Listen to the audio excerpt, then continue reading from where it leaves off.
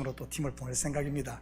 그래서 아마 7, 8월 정도 해가지고 한번 다녀올 때 혹시 같이 가실 분 있으면 같이 다녀오시면 되겠습니다. 아무튼 그렇게 하시고요. 감사합니다. 자, 우리말에 가랑비에 옷 젖는 줄 모른다는 말이 있습니다. 작은 것이라도 이 꾸준히 하다 보면 무시할 수 없는 큰 것이 된다는 이런 말이지. 그런데 그 작은 것의 시작은 생각으로부터 출발을 합니다. 미국의 철학자 윌리엄 제임스는 생각이 행동을 바꾸고, 행동은 습관을 바꾸고, 습관은 인생을 바꾸고, 인생은 운명을 바꾼다, 이렇게 말했습니다. 저는 우리 성도들이 생각을 좀 긍정적으로 그리고 적극적으로 가졌으면 좋겠습니다. 나는 안 돼, 해도 소용없어 하는 이런 패배주의적 생각보다는 한번 까짓 해보는 거야, 이런 도전적인 생각 말이지. 앉아서 너무 깊게 묵상만 하지 마시고 작은 것부터 가볍게 시작해 보시기를 바랍니다. 지난 2년 동안 매일 아침 새벽 예배 말씀이 여러분의 핸드폰으로 전달되었을 겁니다. 여러분이 알든 모르든 매일 새벽에 교회에서 예배가 드려지고 있고 기도가 끊이지 않는다는 이런 말이지요. 찬송 2곡을 빼면 17분 정도 분량의 말씀이 전해집니다. 아마 이곳에 계신 분들 중 절반 정도는 매일 그 설교를 듣고 있을 줄 압니다. 하루 24시간 중 17분은 말 그대로 가랑비에 불과하죠. 그런데 그 17분이 여러분의 24시간을 지탱해 줄 영적 양식이 되고 그 양식이 여러분의 삶을 바꿀 수 있다는 사실 아십니까? 수고하고 무거운 생활의 짐에 눌려 살던 인생이 깃털같이 가벼운 영생을 살게 하는 것 말이지요. 걱정과 근심, 두려움이라는 이 감옥을 나와 은혜와 평강의 나래를 펴고 창공을 나는 이런 삶 말이지요.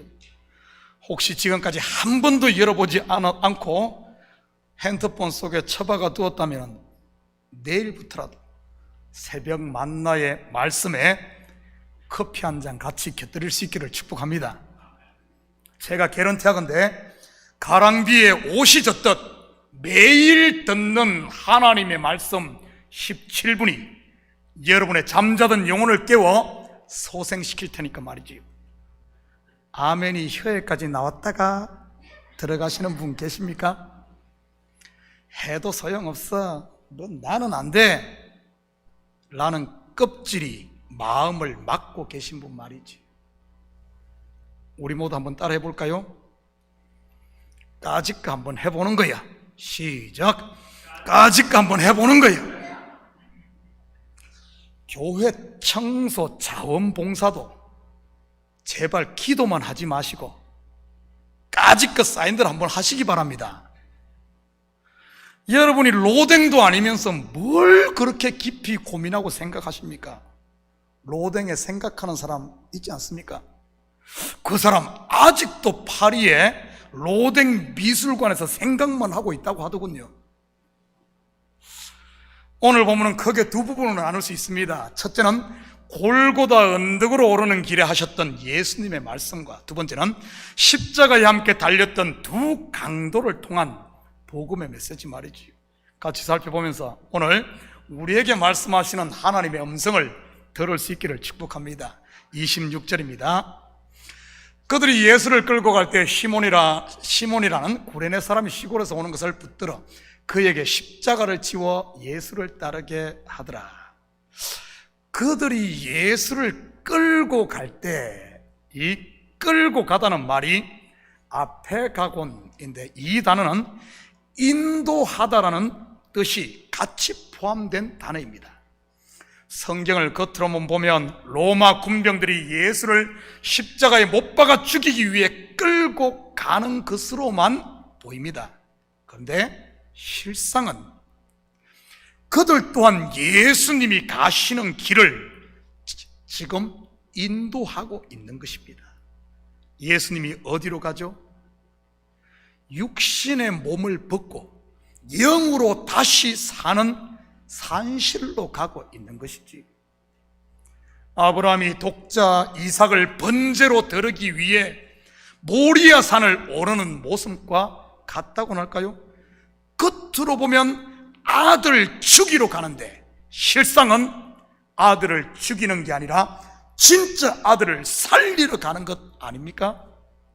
왜냐하면 죽어야 살기 때문이지요. 그때 예수님의 십자가를 구레네 시몬이라는 사람이 대신 지고 갑니다. 시몬이라는 이름은 하나님께서 들으셨다 이런 뜻이지요. 하나님께서 그 소리를 들으시는 자, 그리고 하나님의 말씀을 듣는 자, 시몬 누구일까요? 하나님을 아바 아버지라 부르는 자, 쉐마 이스라엘, 들으라 이스라엘아, 바로 저와 여러분 아닌가요? 하나님께서 듣는 자 시몬을 통해 이 땅에서의 성도의 모습을 지금 보여주는 겁니다. 그렇다면 지금 여러분은 어떤 십자가를 지고 계십니까? 물질의 십자가인가요? 건강입니까? 아니면 남편과 아내, 자식의 십자가입니까? 여러분, 그 십자가 왜 주어진 줄 아십니까? 바로 나라는 그 사람을 벗겨내고 거듭난 속사람에게 은혜와 평강의 하나님 나라를 주기 위함인 것입니다. 27절, 28절 계속해서 봅니다. 또 백성과 및 그를 위하여 가슴을 치며 슬피우는 여자의 큰 무리가 따라오는지라. 예수께서 돌이켜 그들을 향하여 이르시되 예루살렘의 딸들아, 나를 위하여 울지 말고 너희와 너희 자녀를 위하여 울라. 여자의 큰 무리라고 할 때 무리, 이 헬라어로 플레도스인데 이 단어는 단순히 숫자가 많다는 의미라기보다는 가득 참, 많은 것, 큰 것 이런 뜻입니다. 본문에서 여자의 큰 무리를 다음 구절에서는 예루살렘의 딸이라고 부르네요. 그렇다면 이들은 누구를 말하는 것일까요? 예루살렘의 딸, 큰 것, 많은 것, 바로 깨져야 할 겉의 것, 곧 율법 아래 종로로 타고 있는 육신의 생각인 나를 말하는 것입니다. 구레네 시몬이 자기의 겉사람을 벗겨낼 십자가를 지고 가듯 이들은 지금 울면서 따라갑니다. 이 여인들이 왜 우는 것일까요? 예수님이 불쌍해서 우는 것일까요? 성경에서 울음은 이 깨움의 소리인 것입니다. 우리가 앞에서 공부한 닭 울음소리가 새벽을 깨우는 소리요, 잠자던 베드로의 영혼을 깨우는 소리였듯이 말이지. 구약에 보면 하갈이 큰 소리로 울자, 광야에서 물이 없어 죽어가면서 울자 그의 눈이 열려 우물을 발견하게 되고, 삼손 또한 부르짖자 에낙고레, 즉 부르짖는 자의 샘물을 보게 되지 않습니까? 그의 눈이 열려 사망에서 생명으로 옮겨지는 것 말이지. 나를 위하여 울지 말고 너와 너희의 자녀를 위하여 울라. 무슨 말입니까? 깨지고 변해야 하는 게 누구라는 말이죠? 바로 나라는 말입니다. 예수님을 위해서 울지 말고 너 자신을 위해 울라는 거예요. 너 자신, 깨져야 될 사람, 변화되어야 될 사람은 바로 나라는 말이지요. 제발 남편 바꾸려고 하지 마시고 자기가 변하시기를 축복합니다, 아내들이여. 이러면 여자분들에게 제가 욕먹겠죠? 남편들이여, 제발 아내 바꾸려고 하지 마시고 자신의 눈에 비늘이 벗겨지기를 축복합니다. 내가 깨지지 않고 상대만 깨려고 하니 애꿎은 집에 바가지만 깨지는 것 아니겠습니까? 바가지만 깨집니까? 접시도 깨지고 컵도 깨지고 자식들, 부모가 다 깨는 겁니다. 자기가 깨지지 않고 자꾸 엉뚱한 데 깨려고 하니 자식들 깨는 거예요. 목사가 자기는 깨지지 않으면서 장로님들과 성도들 깨려고 하니 애꿎은 초신자들이 상처받는 것 아니겠습니까? 29절입니다. 보라, 날이 이르면 사람이 말하기를 잉태하지 못하는 이와 해산하지 못한 배와 먹이지 못한 젖이 복이 있다 하리라. 날이 이르면, 이 날은 언제를 말하는 것일까요? 핵전쟁이 나서 지구가 멸망하는 최후 심판의 날입니까? 이 시대 너무 많은 성도들이 영화나 책을 너무 많이 봐가지고 그런지 성경을 전부 이렇게들 이해를 해버립니다. 뭐 요즘에는 유튜브가 대세지만 말이지, 적어도 참교의 성도라면 그런 것에서 제발 좀 깨어나시기를 축복합니다. 성경은 오락거리가 아니에요. 그렇다면 이 날은 언제일까요? 바로 육신의 껍질을 벗고 새 생명으로 거듭나는 때를 말합니다. 진리의 눈이 뜨이는 날 말이지요.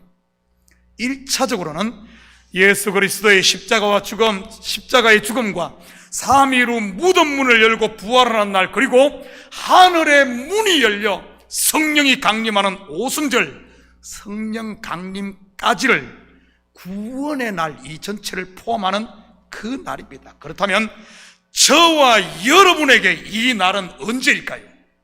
여기에 앉아있는 우리들 말이지요.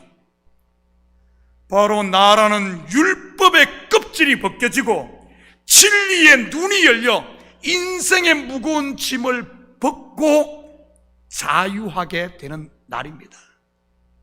사도 바울에게는 이 날이, 첫째는 다메섹 도상에서 예수의 빛을 보고 눈에서 비늘이 벗겨진 그 날이고요.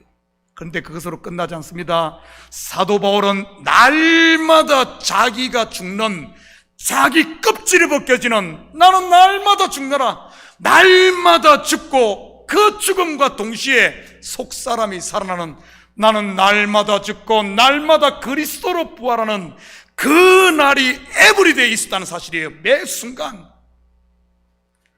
나는 우리 성도들에게도 이 날이 매일매일이 이 날 되시기를 축복합니다. 잉태하지 못하니 해산하지 못한 배, 먹이지 못한 젖이 복이 있다고 하네요. 무슨 말입니까? 말세 때는 자식 낳지 말라는 말일까요? 도망가기 쉽게 말이지요. 문자로만 보면 그렇게 보이잖아요. 그래서 성경을 겉으로만 봐서는 안 된다는 겁니다. 이렇게 보면 예수 믿는 사람들은 얼마나 이기적입니까? 지 살겠다고 자식도 안 놓는 것처럼 보이니까요. 혹시 뭐 요즘에 저출산이 이 때문인가요? 여러분, 전혀 그런 이야기 아닙니다. 성경에서 아이를 낳지 못한 여인의 이야기 어디 나옵니까? 대표적인 여인이 누구죠? 아브라함의 아내 사라입니다. 반면 아이를 쓱쓱 잘도 낳은 여인이 누구죠? 그의 여종 하갈입니다. 때가 차기 전까지는 누가 복된 여인이었죠? 이스마엘을 낳은 하갈이었지요. 그런데 때가 참에, 곧 하나님의 약속이 성취될 때, 은혜의 때가 되매 어떻게 되죠? 그동안 잉태하지 못하고 젖먹이지 못했던 사라에게 약속의 자녀 이삭이 태어납니다. 이삭은 바로 언약의 성취를 말하는 것이고, 그 날이 바로 구원이 완성되는 예수 그리스도의 죽음과 부활, 그리고 성령 강림의 날인 것이고요. 지금 우리에게 적용하면 진리의 눈이 열림으로 율법의 내 의가 배설물처럼 버려지는 날 말이지요. 바로 쥐고 있던 손을 펴는 날이요, 무거운 짐을 십자가 앞에 내려놓는 날이요, 용서하지 못해 끙끙 밤새도록 앓던 것을 이제는 내려놓는 그날 말이지요. 진리로 자유함을 얻는 날 말입니다. 율법을 지키지 못하고 매 넘어지는 자신을 보며 한심하다고 자책하신 분 계십니까? 여러분, 이제 고개를 드시기 바랍니다. 지금이 바로 은혜 받을 만한 때요, 구원의 날이니까요. 30절 같이 봅니다. 그때 사람이 산들을 대하여 우리 위에 무너지라 하며 작은 산들을 대하여 우리를 덮으라 하리라. 하나님의 심판이 무서워 견딜 수 없으니 제발 산들아 나 좀 죽여줘, 뭐 이런 말처럼 보이지만 성경은 그 이야기 하는 게 아니라 그랬습니다. 성경에서 산은 무엇을 말합니까? 시내산, 모리아산, 감람산, 갈멜산, 뭐 성경에 산 많이 나오죠. 성경에서 산은 언약을 말합니다. 언약. 물론 언약에는 옛 언약인 율법과 새 언약인 진리가 있고요. 시내산이 옛 언약이라면 예루살렘 감람산은 우리 새 언약을 이야기하는 것 아닙니까? 산들에 대하여 우리 위에 무너지라. 바로 앞에서 공부한 옛 언약 아래에서 종노릇하고 있는 그 사람의 벗겨짐을 말하는 것이지요.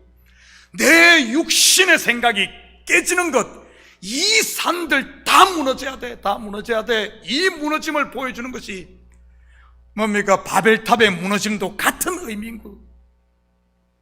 물론 언약에는 옛 언약인 율법과 새 언약인 진리가 있다고 했습니다. 여러분, 그런데 그게 이 산들이 무너져야 되는데 그게 나에게서 이게 잘 됩니까?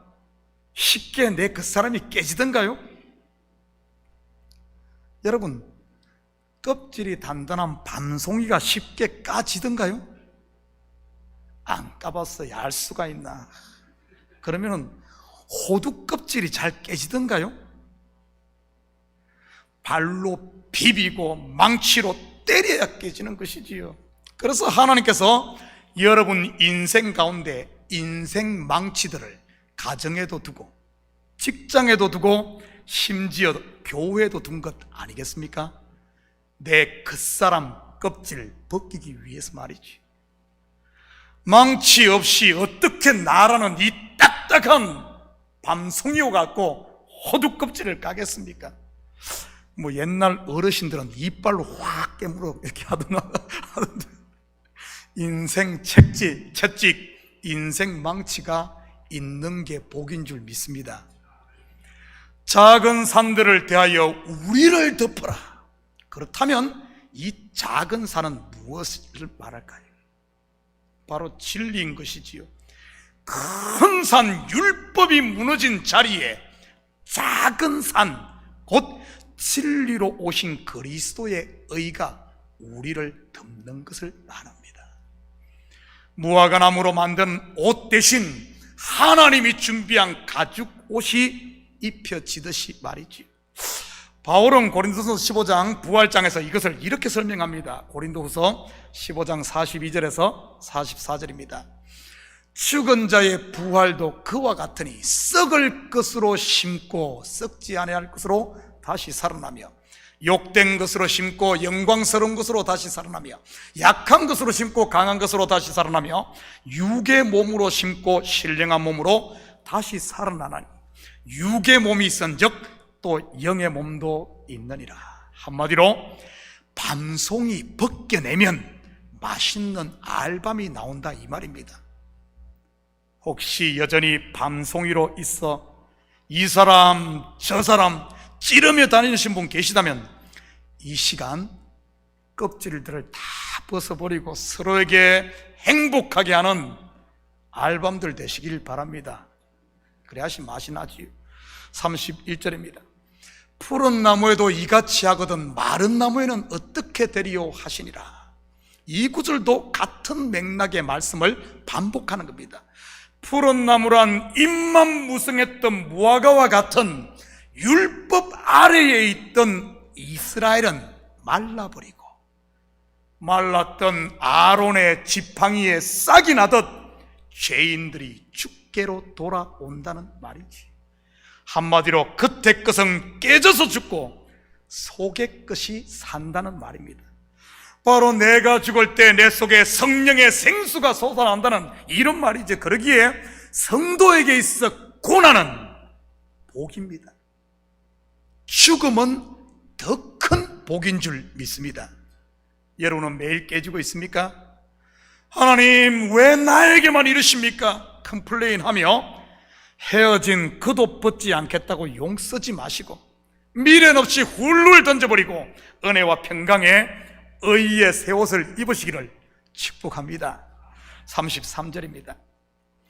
해골이라 하는 곳에 이르러 거기서 예수를 십자가에 못 박고 두 행악자도 그렇게 하니 하나는 우편에 하나는 좌편에 있더라. 해골이라 하는 곳 어디죠? 마가복음 15장 22절입니다. 예수를 끌고 골고다라 하는 곳, 번역하면 해골의 곳에 이르러. 골고다입니다.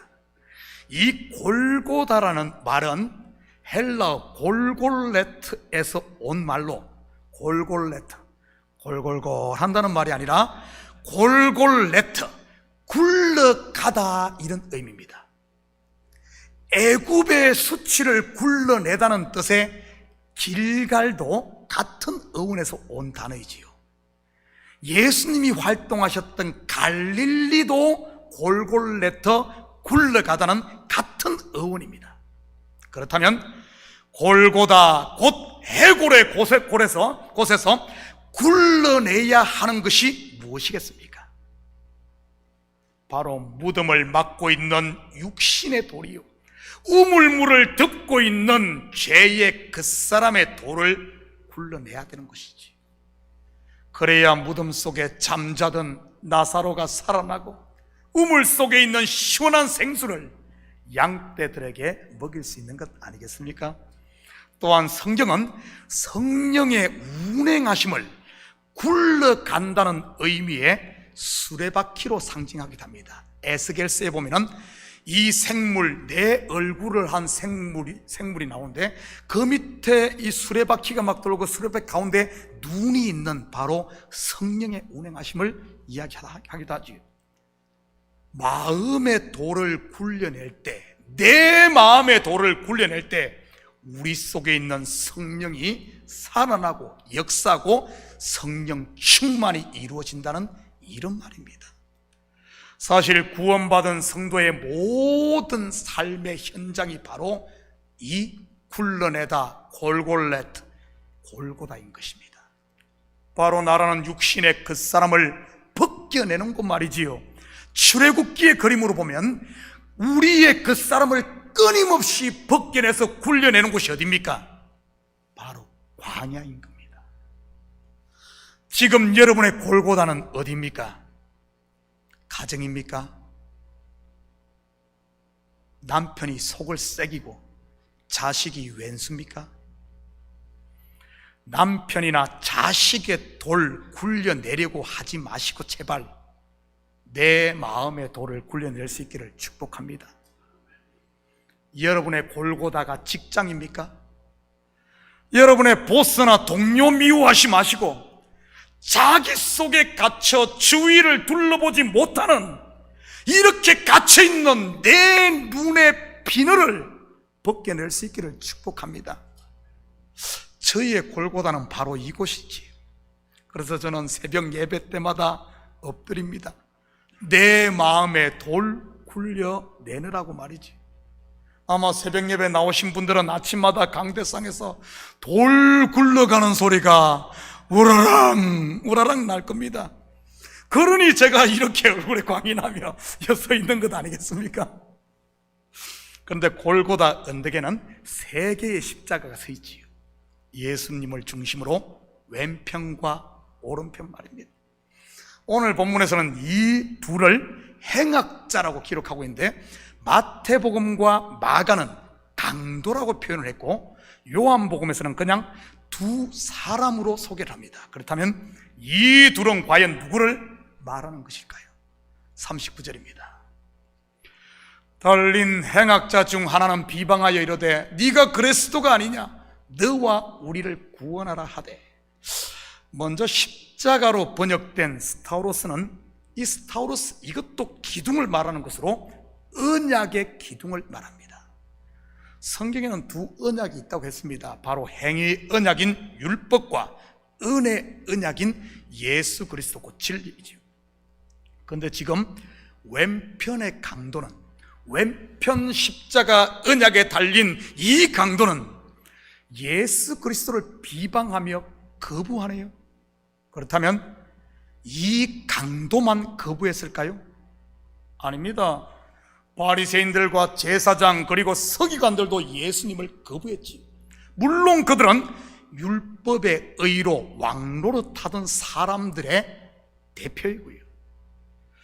그들이 가장 자랑했던 것이 무엇입니까? 바로 성전입니다. 성전. 그런데 그들이 자랑했던 이 성전에 대해 예수님이 뭐라고 했죠? 강도의 구렬이라고 했습니다. 왼편 강도가 바로 이 바리새인들, 서기관들, 제사장들, 율법 아래 종노릇하는 이 사람들이라는 사실이지.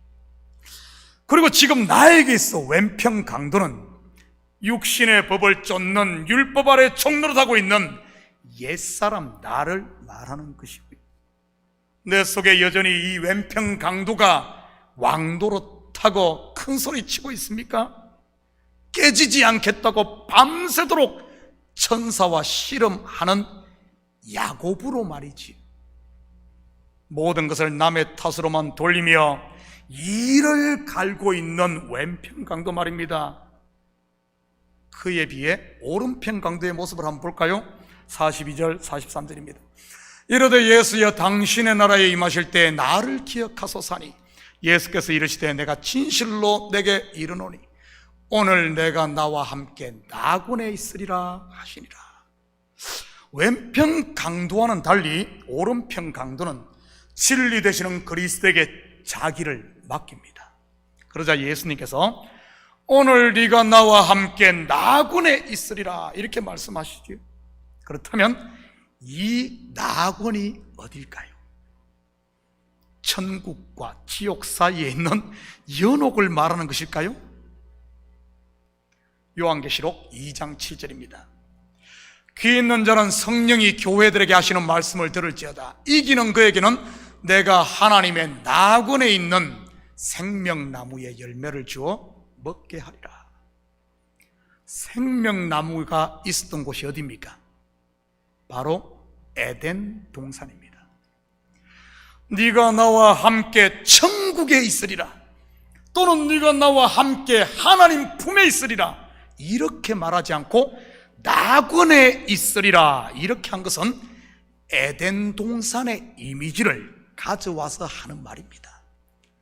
에덴 동산에서 어떤 일이 있었습니까?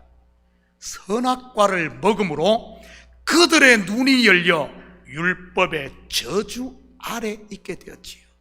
그런데 이제는 그 에덴 동산 낙원에 있는 선악과가 아니라 생명나무의 열매를 먹음으로 은혜와 평강의 복, 곧 영생을 누리게 된다는 그 이야기를 하고 있는 겁니다. 실상은 왼편 강도도 오른편 강도도 전부 내 속에 있는 두 법, 곧 겉사람과 속사람을 말하고 있었던 것이지. 여러분은 육신의 법을 쫓아 사는 겉사람으로 살고 있습니까? 아니면 생명과를 먹는 성령의 법을 따르는 속사람으로 살고 있습니까? 쉽게 말해 밤송이 인생입니까? 아니면 알밤 인생입니까? 여러분이 가는 곳마다 주위에 상처 주고 찌르고 다닙니까? 아니면은 여러분이 가는 곳마다 군밤 냄새를 풍기며 사람들의 코가 시큰시큰 하면서 나를 따라오게 하는, 사람들을 행복하게 하는 속사람의 법을 따라 성령의 열매를 맺고 살고 있습니까? 사랑하는 성도 여러분, 오늘 본문의 이야기는 2000년 전 있었던 골고다 언덕의 한 사건만을 이야기하는 것이 아닙니다. 그 사건과 더불어 믿음의 길을 걷고 있는 여기에 있는 저와 여러분의 매일매일의 일상을 이야기하고 있는 것이지요.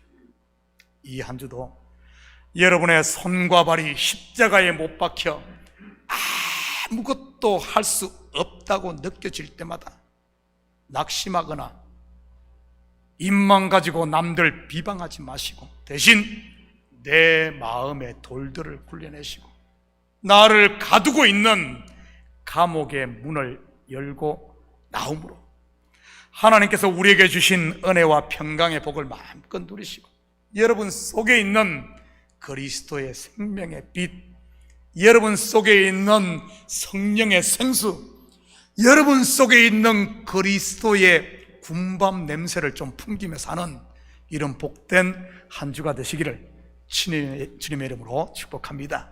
같이 기도하십시다. 사랑의 아버지 하나님, 참으로 감사드립니다. 과연 나는 그 사람으로 살고 있습니까? 아니면 나는 죽고 예수로 사는 그리스도의 향기를 풍기며 살고 있습니까? 아버지 하나님, 인생 막대기를 우리 가운데 두시면, 환난과 고난을 두시면 바로 우리의 껍질을 벗겨내고 이제는 아버지 하나님 그 사람으로 사는 것이 아니라 성령의 새 사람으로 은혜와 평강을 누리게 하기 위한 하나님의 간섭하심이요 사랑의 또 다른 표현임을 눈을 열어 알게 하시고 어려움이 있을 때마다 한숨만 쉬고 있을 것이 아니라 주님 앞에 엎드림으로 하늘의 생수를 맛보며 사는 우리 식구들 되게 도와주시옵소서. 감사드리며 예수님의 이름으로 기도드립니다. 아멘.